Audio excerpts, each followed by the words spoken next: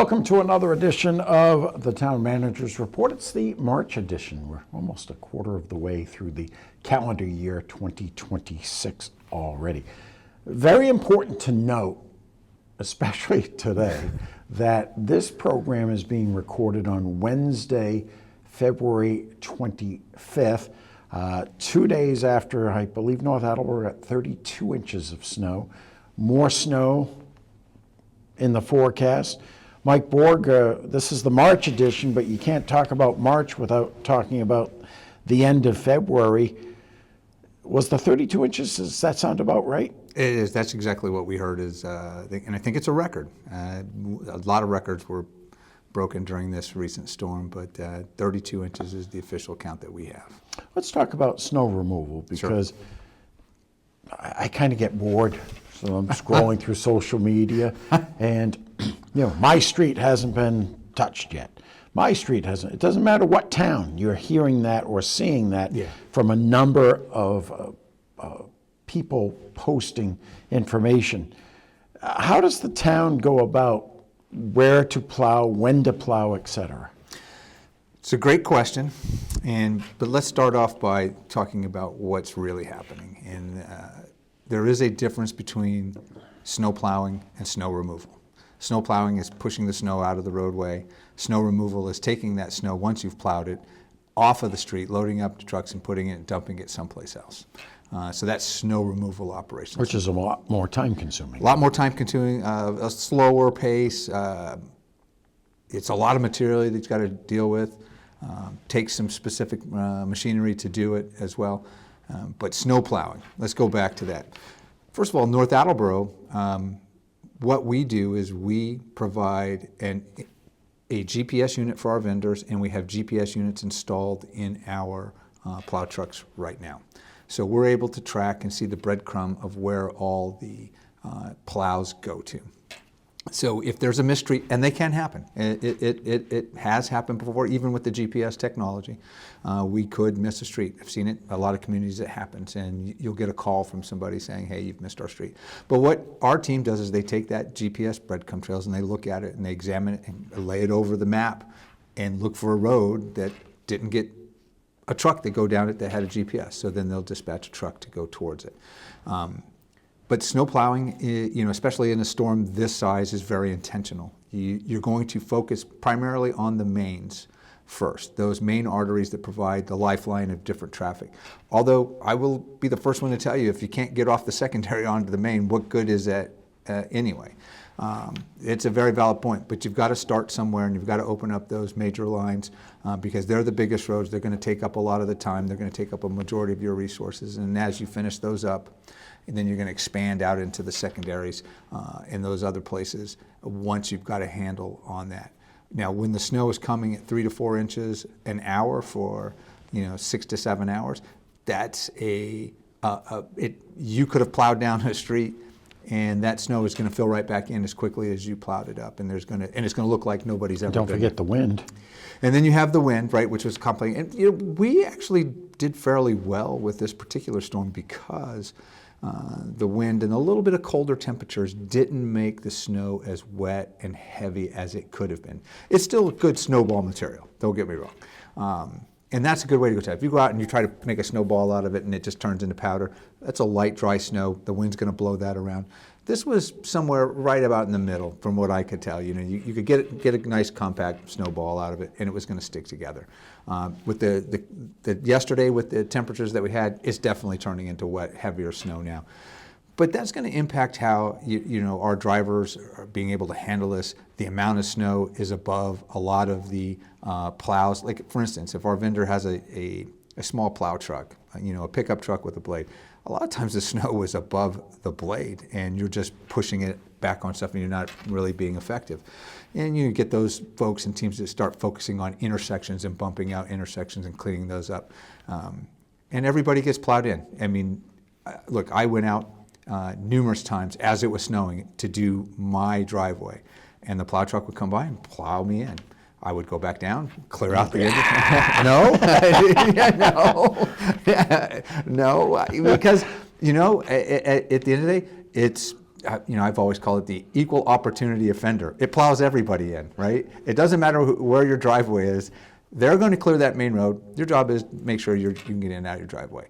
My thing was I just couldn't start after all the snow. I mean, I drove into work today and I saw people that were just starting on their driveways, and all you could see was the snow shooting out of the snowblower because it was taller than the snowblower was. And that's a lot of hard work. I spent the past couple of days working on that in between meetings and updates and coming in here into town during the event and then making sure everything. But this is North Attleboro team did an exceptional job. Mark Hollowell and the TBW team and all of the employees that came in to help and all of the vendors, North Attleboro's very lucky. We are, I would say, based on my commutes and driving around in other communities and into North Attleboro, head and shoulders above everybody else. Sure, we've got some work to do. There are a lot of streets, and there's going to be a lot of street repair that's going to happen after this because of all the plowing and the freezing and thaw cycle. There's going to be a number of potholes. But our team did exceptionally well, and at the end of the day, start on the mains, you work your back into the secondaries, and then you come forward. The parking ban we left in place for a little bit longer, just so Mark and his team could get out. We lifted it yesterday at 6 p.m., and that allowed him to start the snow removal. He's going to be out this coming Thursday and going through and trying to remove as much of the snow off the sidewalks as we possibly can get off, and make sure that that's ready for the next storm next week, which we're already tracking another event. Why do you have to say that? I know. He walked into North TV today. Because if I could be didn't- a foot. It's like, oh no. Look, the forecasts are all over the place. You get the two different models again, right? I'm not some weather geek, but I do pay attention to because it impacts us and it costs money.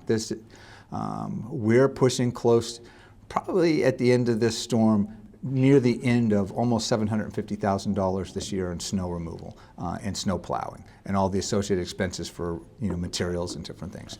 That's adding up. It's a costly endeavor, and if we get more snow, we're going to figure out how we're going to fund the next operations. I know the state of emergency is still in effect. I know that I was in a briefing with the lieutenant governor the other day. They're going to ask for a federal declaration.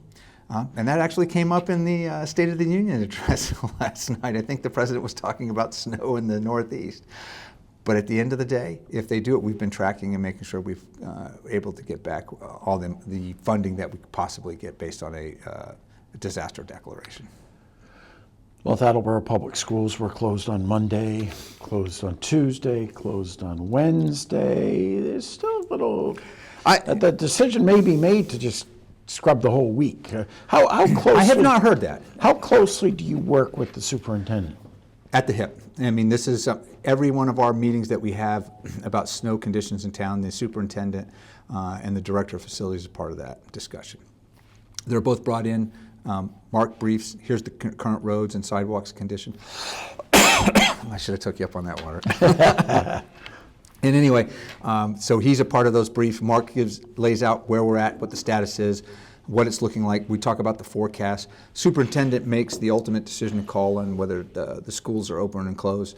So we defer to him, and we kind of set the table by being able to say, here's what the conditions look like in town. I make the decision for town hall through our team, and at the end of the day, it is a decision that we provide information to the superintendent so he can make the best informed decision for the outcome of the schools. When people see that town hall is closed, they might be wondering, well, what are the employees of that town hall? How many of them can actually work virtually? So there's a number of employees that can do virtually. Now, when we close, we don't ask people to work remotely or virtually, and we're just closed, and it's kind of like a holiday. And for folks that might be worried about, if folks are going to get paid or something, yes, they will get paid for those time. And at the end of the day, we'll still be able to provide the services that we do. There are some people that just can't work remotely: police officer, firefighter, DPW laborer. There are some people that are able to work remotely, look at 311 complaints and be able to get that information over to the required department. That still happens. There's a number of different capabilities that the town has on the website if you want to interact with the town in a number of ways without coming into the building that you can. But if you wanted to make a cash payment for a tax bill and get a receipt from the clerk at the counter, yeah, you would have to wait till we were open to come do that. But you could make that payment online today now without any issues. There's a lot of interactive capabilities that we have. Not all employees can work remotely, but a good number of them can. If you are watching this in mid to late March and saying, why are they talking about snow? We are in the North TV studio on Wednesday, February 25th. Budget is moving along.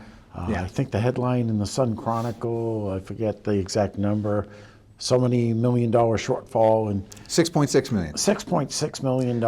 And then I see comments online and, you know, the sky is falling, the sky is falling, we're never going to have enough money, they're going to try to tax us to the limit every time. Well, pretty much everybody taxes up to that proposition 2.5 limit. Yeah. To the best of your knowledge, are there any local communities that don't tax to 2.5? There may be some, I think more that have a larger industrial and commercial base that might provide an Foxborough offset. might be able to. Yeah. But you know, that's always the risk that you take though when you undertax it, and if you create that levy capacity, you're not obligated, you know, to inform the residents if you're going beyond that. If you have that levy capacity, you could go above and beyond Proposition 2.5 and pull that in.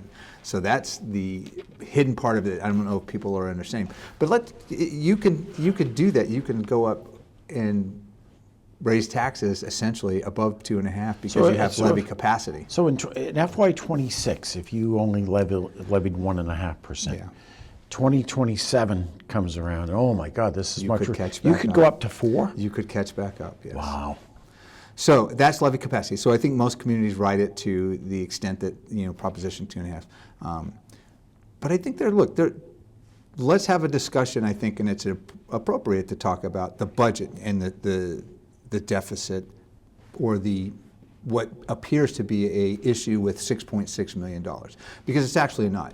I think if you understand the process and how we issue guidance to our department heads, I tell all the department heads, you should conduct your initial evaluation on what you're going to need in the next budget unconstrained. You should come back to the table and have an initial discussion with me. If I had all the opportunity and funding that I need to do whatever I could do, here's what it would look like. So even though there's a gap when we total it all up between what we're going to estimate revenues at and what the department's asked, and that's $6.6 million, we go back and we apply, all right, now we have to trim some of this back. We have to go, what does it, you asked for this, what is it that you need from this? How can we fund what you need? Might not get everything you want, right? And I think Mick Jagger is appropriate context here. But at the end of the day, we're going to get you everything that you need to operate in the next year. What we do is we trim down off of that what they ask. But that also gives me a good idea of what they see as important, what they feel that their department needs to either improve or raise or add different services or to maintain the current services. It comes in with, you know, requests for additional bodies and people. We get that every year. It's something that we have to manage. We don't see a lot of room for growth in the number of employees, so some of those get taken back, and that impacts a couple parts of the budget as well, mainly in salary and benefits aspects. For instance, we pay on average $30,000 per employee for health insurance. So if a department wants to add an employee, they would pick up the wage aspect of it, but in my column, I would have to add the benefits for Medicare, unemployment, health insurance, pension, just to name a few. So that totals in factor how we do this. So we try to manage and meet them with an understanding. I'm glad you're asking for this. This is okay. This is part of the process. But now let's get down to what it takes to make the department operate and what you need to make this happen. I can tell you today that we've already worked our way down off of that $6.6 million into a number where we're very comfortable, and we're just fine-tuning it now, waiting on some final calculations to come in, and we'll get ready to go back in front of council in April to do the final budget presentation, which will have a balanced budget proposal in it. What would prevent the town of North Attleboro which finished with how much in free cash at the end of last fiscal year? $6 million. So $6 million. To say, you know what, we're going to end up with $5 to $6 million probably in free cash next year. Let's pad revenue by $3 million so we can give everybody what they want.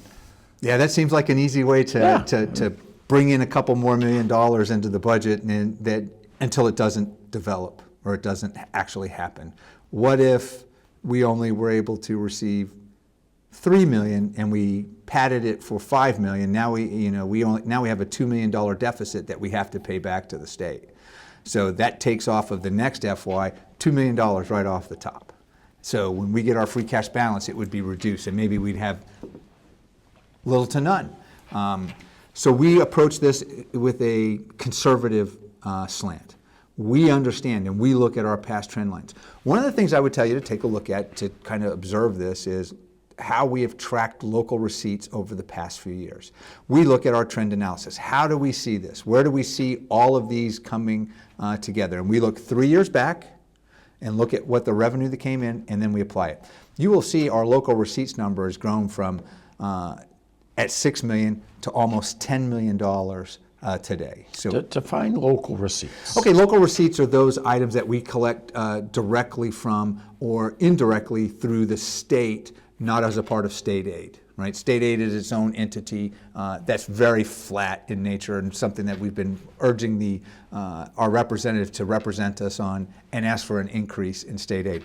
But local receipts are the meals taxing, the lodging tax, the interest that we make from investments that we have. It is the motor vehicle excise tax. It's not property tax, but it's all of those little things that when you pay a permit fee and when you pay for a potential service that isn't accounted for in a department, it ends up in these local receipts. The payment in lieu of taxes, the pilot payments that we receive from North Attleboro Electric Department, from the state housing for the property, and from the federal government for the fish hatchery, those are all considered local receipts. 5 years ago, it was around $6 million. Today, that number is almost $10 million. So we've been able to grow that. But we've systematically increased the revenue that we're pulling from that by looking at the trends. Where are they at? What are they doing? Are people buying more cars? Well, we saw a jump at the end of last year when people were worried about the potential of tariffs, and that shot our motor vehicle excise, gave it a boost at the end of the year. So we'll look at that trend over 3 years and then we'll average. But understanding that motor vehicle excise is a decaying tax over time. So you don't pay the same amount each year, you pay less and less after that until you hit a minimal value. So we're cognizant of that, we're looking at that, and we want to make sure that at the end of the day, we're making good decisions, but not putting the town in a position where we would be in jeopardy of a shortfall in revenue the next year. So something that we track, something that we look at. We also try to make sure that we're making the best decision and putting enough money into the budget that we feel very comfortable leaving in there that we know we're going to be able to collect it. The funding for North TV comes from a cable subscriber's monthly bill. Yep. Whatever the equation to get to 4.5% comes back to the town. We are considered an enterprise account. What comes in, what goes out, and that's why I'm so defensive of cable subscribers, that we're not going to give away everything for free on YouTube like some people would like us to do. Every year, the state comes back because the town has to be audited. Very important to note, the town is audited. Why were you short on revenue from Comcast? Why were you short from revenue from Verizon? Well, try predicting what percentage of North Attleboro and Plainville residents, for example, are going to do away with cable. So we always err on the side of caution, and Yes. it's a little bit higher. If local receipts were all of a sudden go from 10 million to 12 million, would you get a similar letter? Like, why did you, do you have to prove that number? We would, so at the end of the year, when we do the closeout with the Commonwealth and the DOR, if there is a dramatic increase in a certain number, there's a question that we have to explain to the Commonwealth why that happened, what caused it. And the same thing happens if we were able to make a jump and a large increase, they would question that as well. So at the same time, we have to apply good budgeting principles, understand what the past history looks like, and what we're going to request. Trust me, there's plenty of pressure that I have put on the staff and the finance team to say we have to squeeze as much revenue out of this as possible. Because when people see the free cash number, they're automatically assuming that, that we either we're withholding that or we're taxing too much. And the truth is neither of those. We're pushing the revenue to as much, but I don't have 100% clarity on what the exact number is going to be at the end of the year. So we budget conservatively. It's better to have a little bit at the end than to owe money back to the Commonwealth if we got it wrong. And I'll always err on that side. The largest portion of the budget goes to the schools, which is the case in every community. Yeah, it's true. If I remember correctly, the percentages that the teachers union were able to bargain for with the school department were higher than other increases across town. The schools then come back and say, Mr. Borg, we need so much money. That being the case, should you be part of the negotiating session saying, it's fine to say 432 or something like that, but I've got to come up with that money and I just don't see it happening? Or do they bargain a certain number and say, Mike, find us the money? Look, by law, I'm entitled to be a part of the bargaining, right? Because I represent the town's perspective in that, and by law, by 150 each, I believe that's correct. I am entitled to sit at the table and vote with the school committee on the bargaining contract at the end. To date, I've handled that, through discussions with the superintendent. I talk to him frequently about here's where we're looking, what we think we can be able to do, how we do it. At the end of the day, I give him a budget based on that I can put across the table that I feel comfortable that I can fund and support. It's not always something that they agree to, or they have in the past, had some opinions on whether that was enough or not. But it was what we could do to put, and maintain level funding across all of our departments.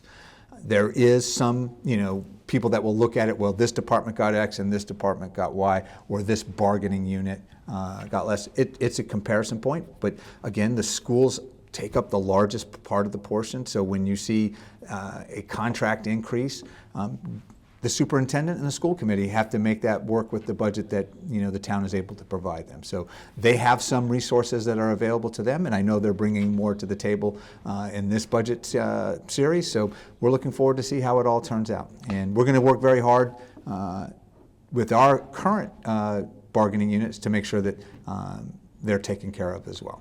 The biggest complaint I have read about the school department budget online is, why are the schools asking for this when enrollment has decreased down to a certain level? It's a good point, and I think there's something, but I will tell you that the costs of education have skyrocketed, and I know, and I would defer to tell you that that's a great question for the school committee and for the superintendent, that there is a huge pressure from special education.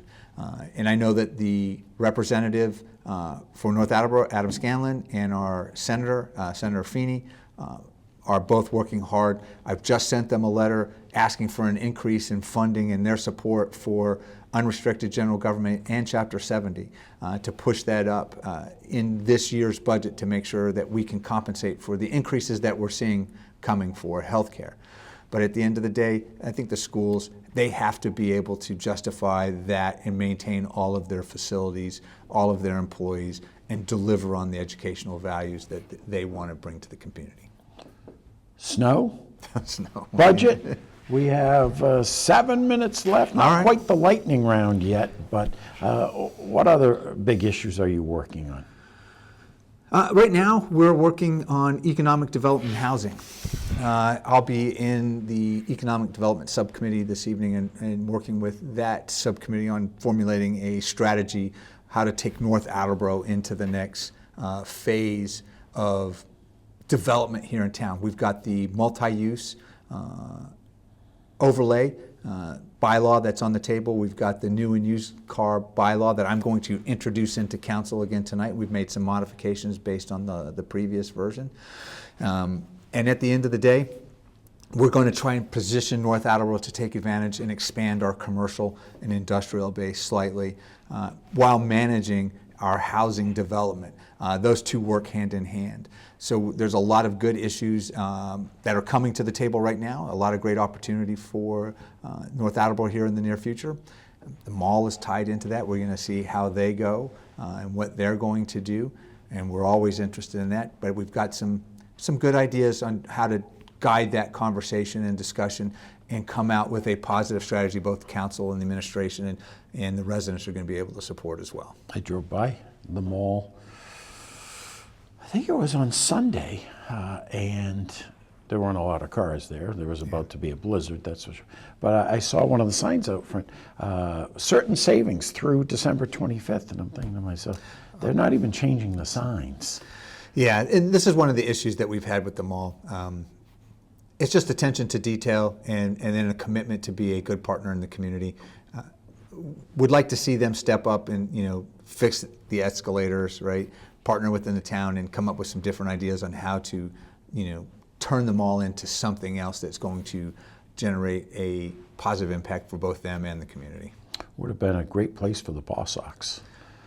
Maybe. Well, not now. I mean, they're in Worcester. Maybe, yeah, They're I know. there for a long time. But think about It would have been a minor shorter league commute, baseball. for Oh, sure. yeah. Go to a lot of games, that's for sure. What the hell were we just talking about? Now I've lost Snow. my train of thought. No, economic development. economic development. You mentioned housing. Yeah. There's a segment of the population here in North Attleboro, whether they're the silent majority or the vocal minority, that, enough with the housing, enough with the housing. And if you say no to all housing, which you can't say no to all housing, And we're not in a position to do that. and new growth is what is going to save a community down the road, whether people like it or not. It's one of the tools. But that's a very good discussion point, and I think it's worth a little bit of a deep dive here. First of all, North Attleboro is facing an affordable housing crisis. If you look around at all of our neighbors, they're in safe harbor. Their affordability percentage is above 10%. We've slipped under 3 because we've actually built more at cost housing, and what that's done is push that rate for our affordable housing even lower.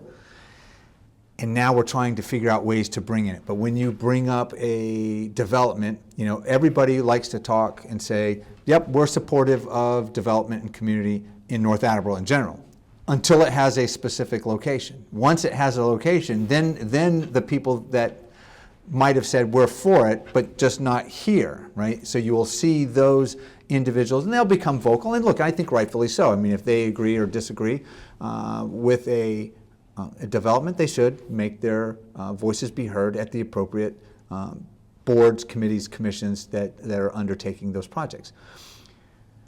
But we've got to figure out how to balance this. We've got to figure out how to bring up the affordable housing rate and manage housing. The issue we're seeing right now in the market is this: there is little to no commercial development. We see rare industrial. It's not like we have a lot of space for that to start with, but there are some potential opportunities. The kind of development that we're seeing are housing developments. Developers follow the incentives. Developers follow the least path of resistance. They, like water, they're going to go where it's the easiest way to go. And it comes through housing development. So it's easier for them to build a subdivision for 14, 15 houses that will cost $800,000, $900,000 each. And those, when you just build on housing and you're not having a balanced approach to bring in both commercial and industrial, or at least figuring out how to attract them and try to bring them into the space. But when you do, you get an uproar of not, in this part of town, it needs to go somewhere else. It makes it very difficult.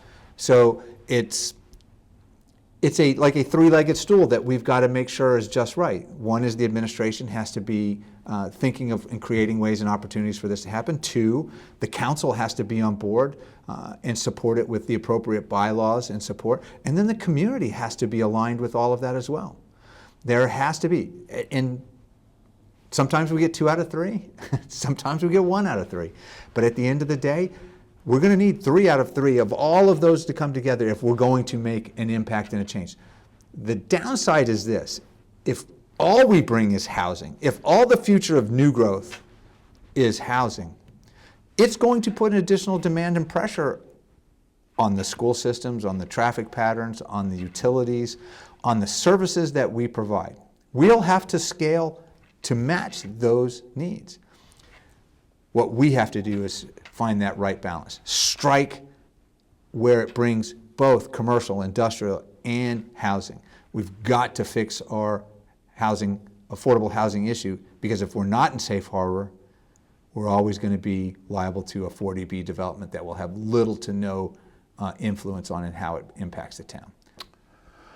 Another quiet month for your town manager, Michael Borg. We'll be back with the April edition. And other than saying, how much do you think you ended up spending on snow removal and snow plowing? Hopefully that's the only snow talk we'll have next month. Thank you for watching this edition of the Town Manager's Report.